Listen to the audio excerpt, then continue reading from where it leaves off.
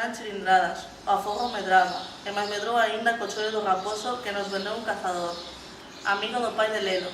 Era un raposo grande, mantido, e colgámonos nun pau e fomos con el ao lombo de porta en porta, como é uso.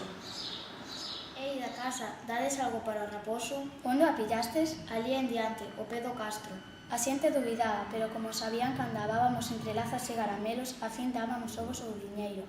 E cando o raposo comezaba a cheillar, démoslle a uns rapaces da outra banda do río, que facían igual andaina pola súa aldea. A fixen a Lelo a cavilar. En pouco tempo semellaba a outro. Os que non pensan non merecen ser persoas, digo eu. Falábamos de cosas moi serias, cousas de xente grande. Estivemos de acordo en que no mundo hai pobres e ricos e non debería ser así. Convencinos de que cumpría saber moito e ensineille a facer algunhas contas e a escribir mellor.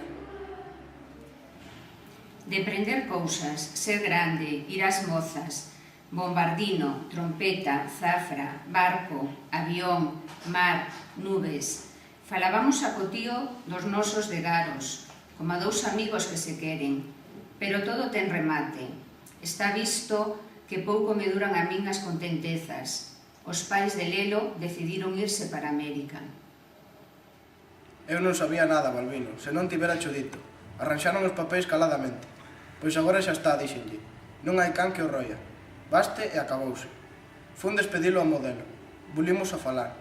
Parolamos a eito. Ata lle dixen o que me acontecera con Eladia. Deille o meu segredo como un regalo. E souben de camiño que a él lle pasara algo semellante co fillo do fragueiro. Eran as únicas cousas que agardábamos sen saber un do outro.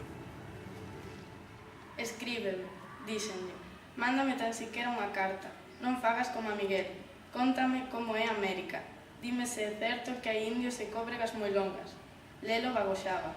Non chores, un home non é unha ovella, pero as miñas fazulas tamén se mollaron. Mentres estive na miña aldea, non atopei outro amigo como a Lelo. Un amigo de certo que me librou de morrer afogado cando caí na presa. Vale máis ter amigos que ter cartas. O padriño tiña razón. O padriño era un sabio.